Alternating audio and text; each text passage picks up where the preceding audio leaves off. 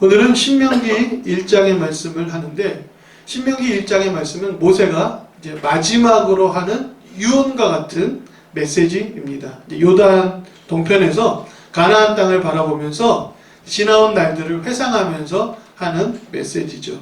오늘 우리가 읽었던 본문의 말씀은 특별히 민수기 13장, 14장 말씀과 같은 내용입니다. 거의 흡사한데, 민수기는 그 당시 일어났던 일들을 사실적으로 현장에서 기록한 듯한 느낌이고, 오늘 읽었던 신명기 1장 29절 46절 말씀은 지나간 날들을 회고하면서 적는 내용인데 거의 내용은 흡사합니다. 둘을 같이 읽으면 무엇을 말씀하시려 하는지 잘 알 수가 있습니다. 저는 여기에서 두 가지를 말씀드리려고 해요. 첫 번째로는 하나님의 임재가 중요하다. 따라하겠습니다. 하나님의 임재. 하나님의 임재. 하나님이 임재하셔서 우리 가운데 계시면 우리 안에 하나님의 승리가 있고 하나님의 능력이 있고 하나님의 복이 있는 줄로 믿습니다. 하나님의 임재뿐만 아니라 하나님이 우리를 기뻐하시도록 행하는 것이 이스라엘에게 요청하신 것이고, 오늘 우리가 하나님 앞에 돌려드려야 될 마땅한 삶이 바로 하나님을 기쁘시게 하는 삶입니다. 따라하겠습니다. 하나님을 기쁘시게 하라. 하나님을 기쁘시게 하라. 아멘. 아멘. 하나님이 우리 가운데 거하시고 우리가 하나님을 기쁘시게 하는 삶이 성도의 삶이라고 할 수가 있습니다. 자, 이제 말씀을 한번 살펴보려고 하는데, 출애굽기 여정을 살펴보면 우리가 아는 바대로 이렇게 여기 시내산이 시나이 반도 옆부분에 있다라고 얘기하는데, 또 다른 학자는 시내산이 이쪽 사우디아라비아의 광야에 있다고 하는 사람들도 있습니다. 물론 이제 장소가 중요해서 나중에 한번 설교를 하겠는데, 여기도 홍해고 V자로 된 이쪽도 홍해거든요.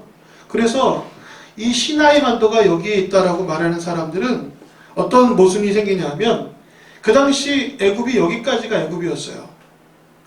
여기까지가 애굽이었는데 여기서 머물러 있으면 출애굽한 겁니까? 안 한 겁니까? 출애굽한 거라고 말을 할 수가 없죠. 그 당시 애굽이 이쪽까지 갖고 있었기 때문에 애굽을 지나서 이쪽 광야, 황량한 광야에서 그들이 방황했다라고 보면 맞지 않나.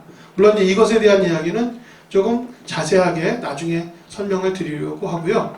시간적으로 살펴보면 출애굽할 때를 이제 새로운 한 해의 시작으로 삼죠. 6월절이라고 하고 1월 15일이라고 명명했습니다. 출애굽해서 시내 광야에 도착한 것이 3개월 뒤입니다. 근데 그 3개월 동안 하나님께서 엄청나게 많은 일들을 행하셨죠. 애굽에 10가지 재앙을 내리시고 홍해를 가르고 광야에서 물 나고 하나님께서 만나와 메추라기를 먹이시는 사건으로 시내 광야에 이끌어 가셨습니다. 그런데 성경에는 뭐라고 말하냐면, 시내산에 도착할 때까지 그들이 하나님을 향하여 얼마나 많이 불평하고 원망하고 하나님께 징징댔는지 몰라요. 그들이 홍해를 건너자마자 하나님 앞에 감사와 찬양을 돌렸죠. 그리고 광야길로 딱 들어가니까 3일 만에 그들이 하나님을 원망했습니다. 왜 우리가 출애굽을 했는가? 이러려고 출애굽을 했는가? 이런 식으로 하나님을 원망하기 시작하니까 하나님 마음도 많이 아프셨을 겁니다.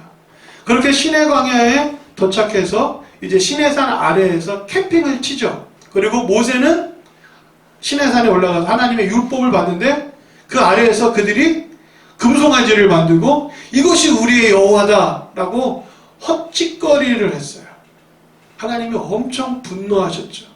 그래서 언약이 깨어지다가 모세가 하나님 앞에 다시 매달려서 돌판을 갖고 와서 다시 언약을 맺습니다. 그리고 거기서 이제 성막을 짓죠. 회복이 되어요. 물론 이스라엘이 노예 생활을 했기 때문에 노예 근성이 있었어요. 그리고 그들이 하나님이 우리를 자녀 삼으셨다면 왜 애굽에서 우리가 무려 400년 가까이 종살이를 했어야 했느냐, 이런 불만이 있었기 때문에 쉽게 그 오랜 편견과 그들의 불신앙이 가라앉지 않았어요. 그럼에도 불구하고 성막을 짓는 동안에는 기쁜 마음으로 헌금을 드렸고, 성막을 짓고 나서는 하나님의 영광이 성막에 머물러 있는 동안 와, 하나님은 정말 하나님이시구나 라는 것을 깨닫게 되었습니다. 할렐루야. 그렇게 11개월 동안 은혜가 충만하니까 이제 하나님이 자, 장막을 거두고 이제 약속의 땅으로 가자라고 말씀을 하는 거예요. 그러니까 얼마나 좋습니까? 그래서 성막과 그들의 장막, 그들의 거처를 다 이제 주섬주섬 이제 어깨에 짊어지고 수레에 매달고 이제 약속의 땅 가나안으로 갑니다. 그리고 가데스 바네아에 이르렀을 때 하나님이 가서 싸워라 라고 말씀을 하십니다.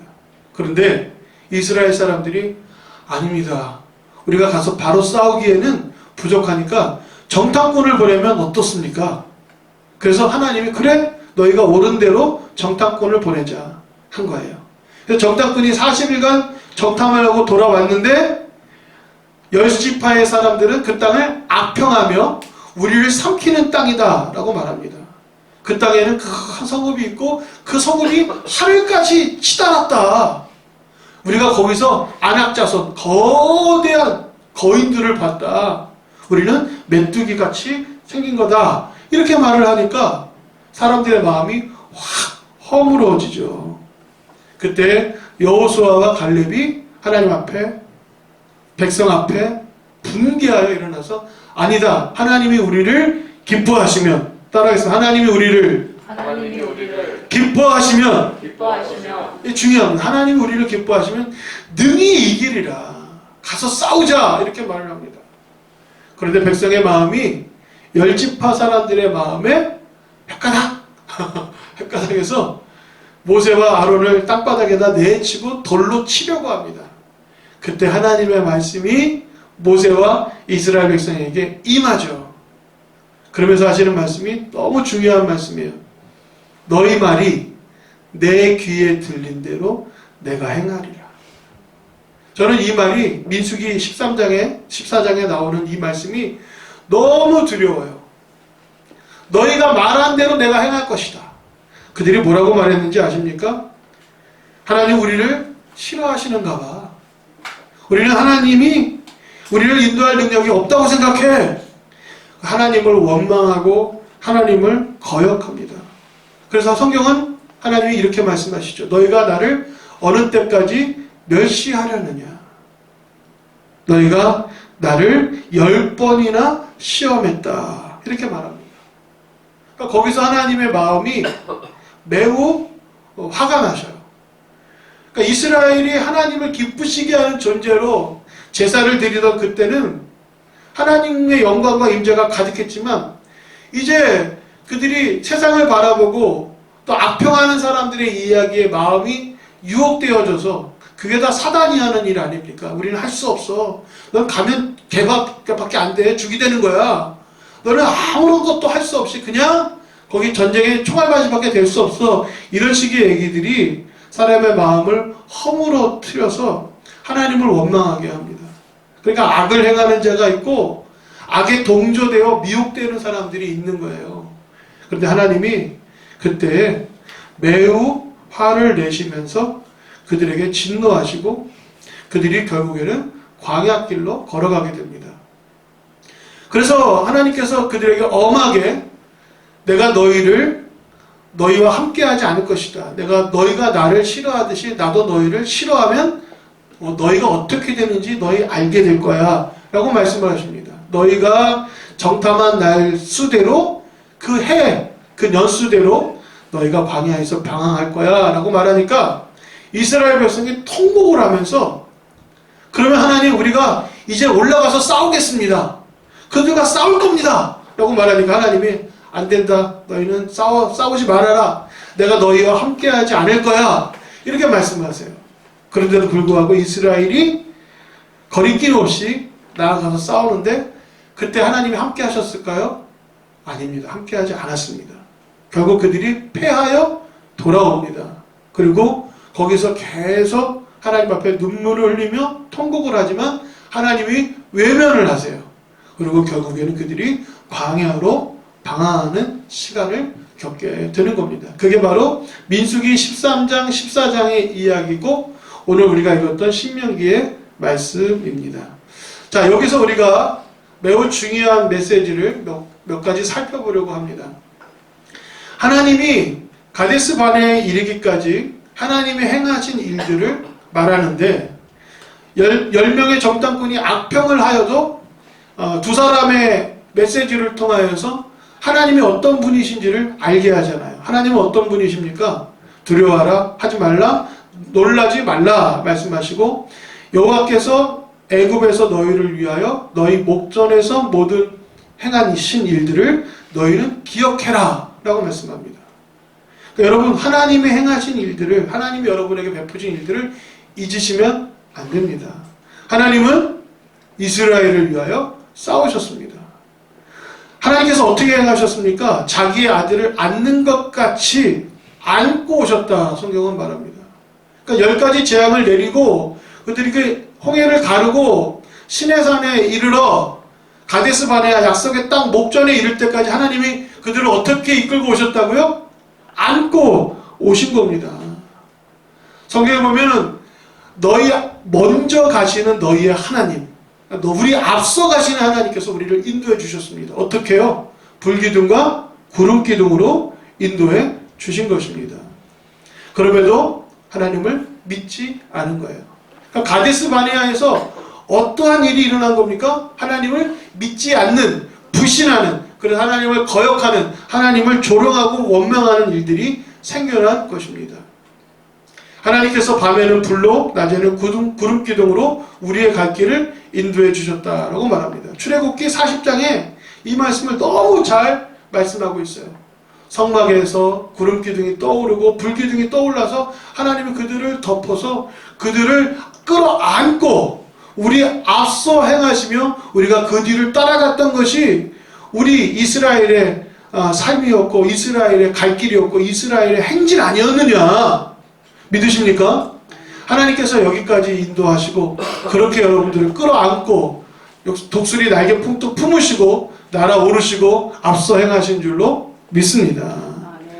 그래서 성경은 말하는 거예요. 민수기 14장 17절 같이 읽어볼까요? 시작. 이스라엘 자손의 온 회중에게 말하여 이르되 우리가 두루다니며 정탐한 땅은 심히 아름다운 땅이라. 8절 여호와께서 우리를 기뻐하시면 우리를 그 땅으로 인도하여 들이시고 그 땅을 우리에게 주시리라. 아멘. 여호수아와 갈렙이 하는 말이 이겁니다. 하나님이 우리를 기뻐하시면 우리는 그 땅에 들어가서 승리할 것이다. 여러분, 우리가 믿음 생활하면서 하나님의 은혜를 얼마나 많이 받았는지 몰라요. 그렇지 않습니까? 그런데 조금 어려운 일이 오고 내 뜻대로 안 되면 쉽게 잊어버려요. 그리고 입술로 범죄하고 거짓말하고 하나님을 노엽게 합니다. 그때 기억해야 합니다. 내 말이 너의 말이 내 귀에 들린 대로 내가 행할 것이다. 하나님이 없는 것 같아. 그럼 하나님 그와 함께 하실 수 없는 거예요. 하나님 나를 싫어하시는 것 같아. 하나님 당신을 싫어하시는 거예요. 하나님 나에게 관심이 없는 것 같아. 하나님은 당신에게 관심을 두지 않으시는 듯 할 것입니다. 하나님이 어떻게 여러분들을 이끌어 오신지 아시잖아요. 앞서 행하시고 끌어안고 오신 것입니다. 할렐루야. 그것을 잊으시면 안 되는 거예요. 하나님이 나를 선택하시고 여기까지 이끌어 가시는 모든 과정이 하나님이 행하신 놀라운 축복입니다.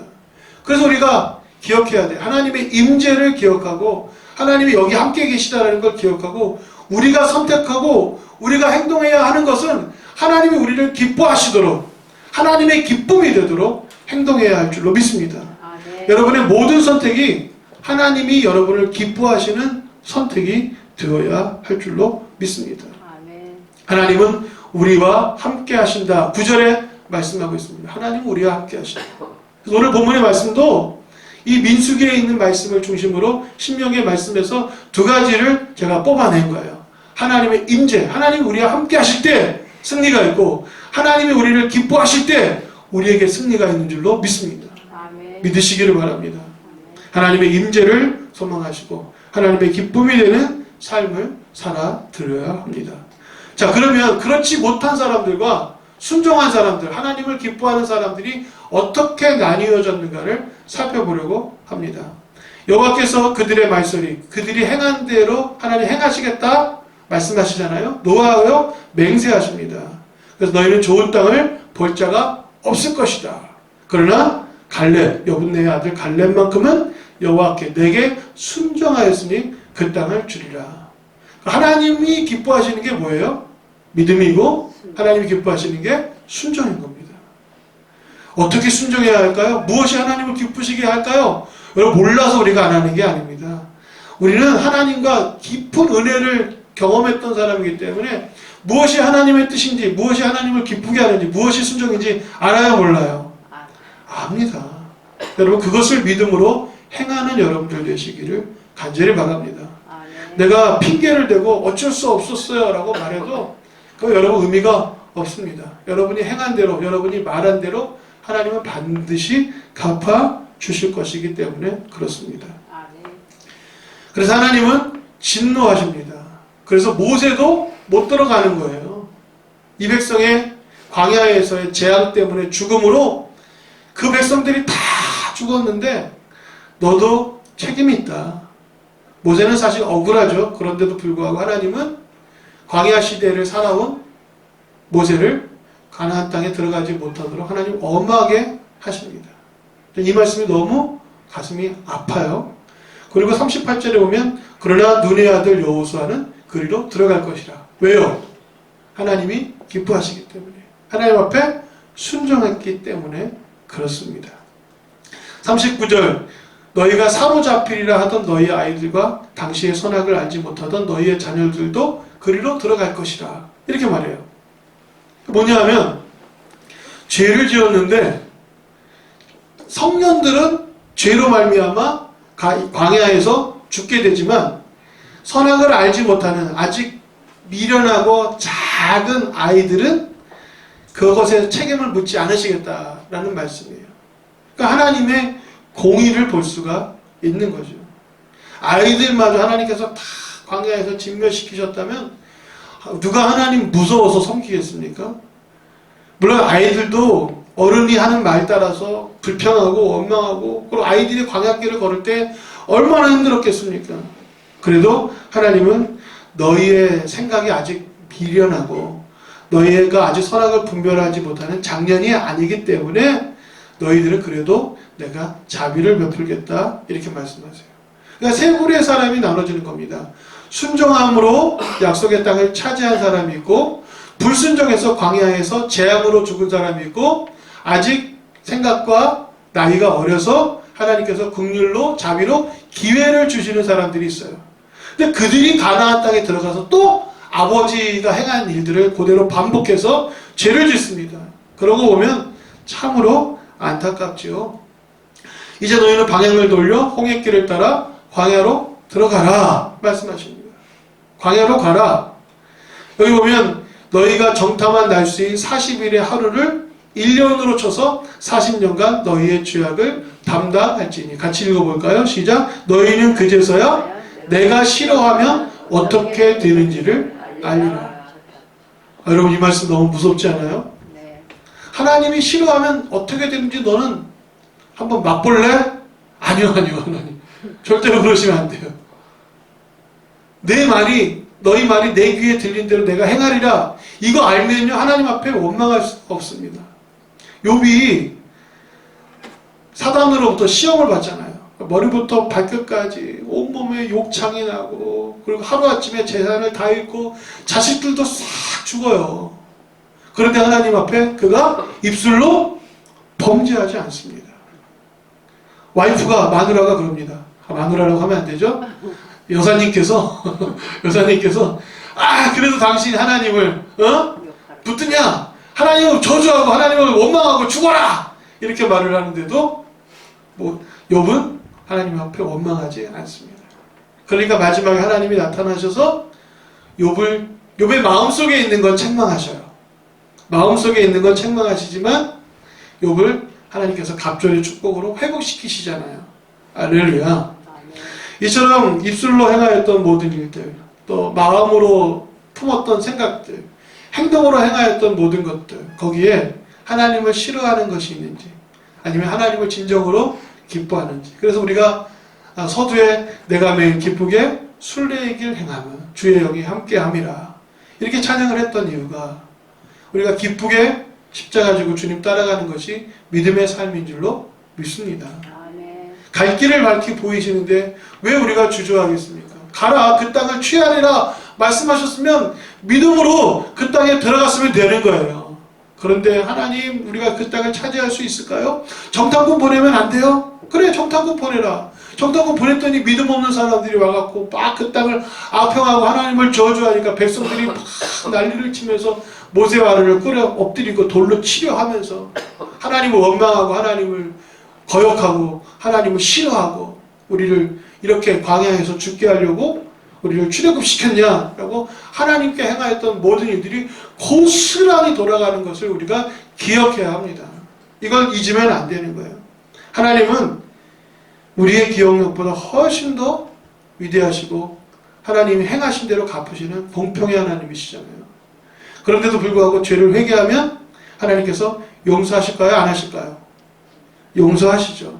그런데 오늘 본문에는 전혀 다른 이야기를 하고 있어요. 자, 민수기에 있는 말씀을 우리가 조금 더 살펴보면 너희가 거역하고 그래서 하나님이 광야에서 소멸되고 죽게 될 것이다 라고 말합니다. 모세를 원망한 것이 곧 나를 원망한 것이니 여호와 앞에서 너희는 재앙으로 죽을 것이다. 그러나 여호수아와 갈렙은 생존하고 그 땅을 차지하게 될 것이다. 이렇게 말씀하십니다. 하나님 앞에 범죄하였기 때문에 하나님이 행한 대로 갚으실 텐데 이 백성이 그거를 깨닫지 못하고 어떻게 행하냐? 아까 말씀드렸죠? 그렇다면 하나님, 우리가 이제 가서 싸울게요.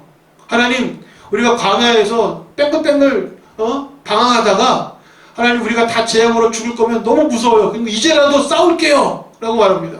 우리 그러잖아요. 뒤늦게 후회를 하고 뒤늦게 순종하려고 하잖아요.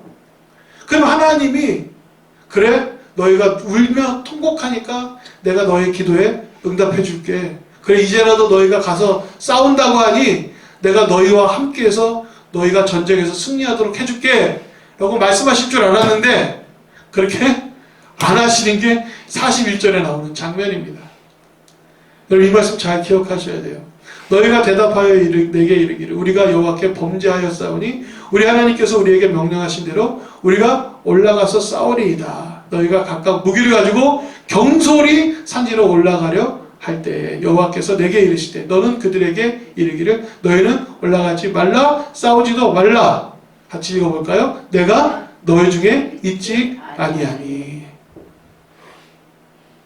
싸우러 올라가려고 합니다. 회개하고 눈물로 통곡하면서 하나님, 이제라도 싸우러 올라갈게요 라고 하는데 성경은 말합니다. 경솔히 거리낌 없이 행동하였다 이렇게 말합니다. 중요한 건 경솔하게 행동했기 때문에, 거리낌 없이 행하였기 때문에 라기보다는 가장 근본적 문제가 뭐예요? 하나님은 너희 가운데 계시지 않아. 그러니 너희는 그 싸움에서 승리할 수 없어. 이렇게 말하는 거예요. 여러분, 이 말씀을 우리가 또 기억해야 합니다. 저는 이 말씀을 오늘 아침에도 몇 번씩 읽고 또 말씀을 준비하는 가운데도 계속 읽으면서 하나님이 몇몇 말씀들을 제 귀에 팍팍 꽂히게 하셨어요. 하나님이 너희를 안고 앞서 행하셨고 하나님이 너희 가운데 함께 하셨다라는 말씀과 하나님 너희를 기뻐하시면 너희는 반드시 승리할 것이라는 말씀과 함께 이스라엘 백성들이 행하였던 것들은 하나님을 향한 원망과 저주였고 하나님을 싫어했습니다. 그래서 하나님이 그들이 말한 대로 그들에게 그대로 갚아주셨어요. 그래서 그들에게 재앙이 일어났고 광야에서 죽으리라 말씀하셨는데 그제서야 그들이 뒤늦게 회개하고 그럼 이제라도 싸울게요 라고 그들이 올라가서 싸웠지만 하나님이 함께 하시지 않기 때문에 그들이 패하여서 다시 쫓겨납니다. 이 아모리 사람, 여기 성경에는 아말렉 사람이라고도 나오는데 그 싸움은 이스라엘이 출애굽 이후에 행하였던 첫 번째 싸움입니다. 아론과 훌과 모세가 산꼭대기에서 지팡이를 들고 하나님 앞에 기도할 때 전쟁에서 승리했던 그 싸움이 아말렉, 아모리 사람들과의 싸움이었어요.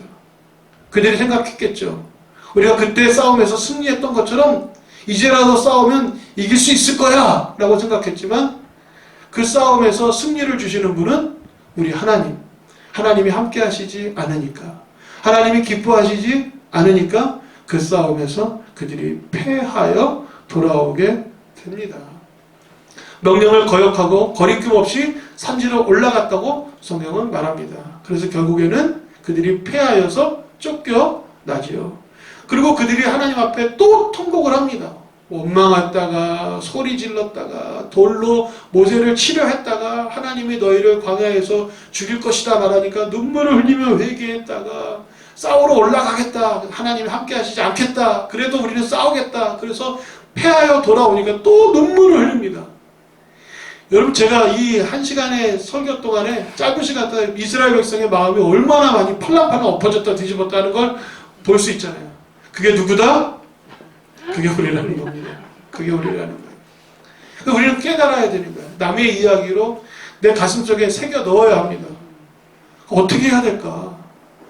무엇이 우리의 삶의 선택의 기준이 되고 우리는 어떻게 살아야 될까? 무엇이 하나님의 승리이고 무엇이 우리에게 은총을 가져다 주는 것일까? 성경이 말하는 것을 깨달아서 가슴속 깊이 새겨 넣을 수 있게 되기를 간절히 바랍니다.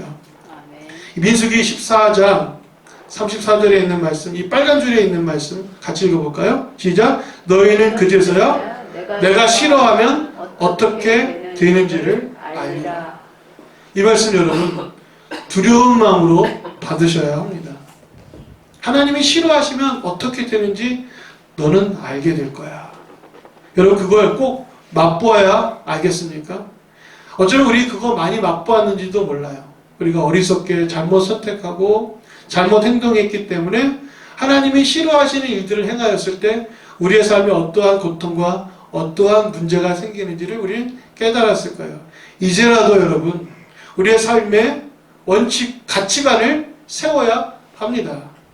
하나님이 함께 하시는 것이 우리의 삶의 가장 중요한 목적입니다. 하나님의 임재, 여호와의 영광이 머무르는 임마누엘이 우리의 삶의 여러분 가장 중요한 메시지인 것입니다. 할렐루야. 그리고 거기에다가 하나님이 우리를 기뻐하시도록 하나님의 기쁨이 되도록 살아가는 인생이 되시기를 간절히 바랍니다.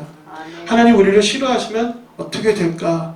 두려운 마음으로 살아가는 우리 모두가 되어야 할 줄로 믿습니다. 성경은 말합니다. 믿음이 없이는 하나님을 기쁘시게 할 수 없다. 성경에는 육신에 있는 자들은 하나님을 기쁘시게 할 수 없다라고 말합니다. 하나님을 기쁘시게 하는 사람들은 사람에게도 칭찬을 받는다 말씀하시죠. 하나님의 기쁘신 뜻을 우리 마음속에 두셨다라고 성경은 빌립보서 2장 13절에 말씀하십니다. 주께 합당하게 행하여 모든 선한 일에 열매를 맺게 되면 하나님이 기뻐하신다? 성경은 또 말합니다.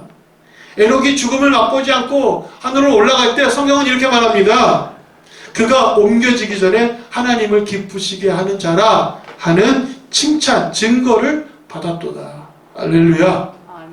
여러분 하나님의 기쁨이 되는, 하나님이 기뻐하시는 여러분의 삶 되시기를 간절히 바랍니다. 아멘. 그래서 하나님이 늘 여러분과 함께 하셔서 임마누엘의 역사, 하나님이 동행하시고 앞서 행하시는 놀라운 축복이 함께 하시기를 간절히 축원드립니다. 기도하겠습니다. 하나님 여기 지금 계시며 나와 함께 하심을 믿습니다. 이제 우리가 하나님이 기뻐하시는 삶을 살아갈 수 있도록 바른 선택과 성령이 주시는 감동대로 순종하게 하시옵소서. 우리가 수많은 핑계로 하나님의 뜻을 거역했다면 우리가 하나님께 행하였던 말대로 하나님 갚으시고 하나님이 우리를 싫어하시면 어떻게 되는지 우리가 두려운 마음으로 깨달아서 하나님 뜻에 합당한 믿음의 사람이 되도록 인도해 주시옵소서. 감사하며 예수님의 이름으로 기도합니다. 아멘.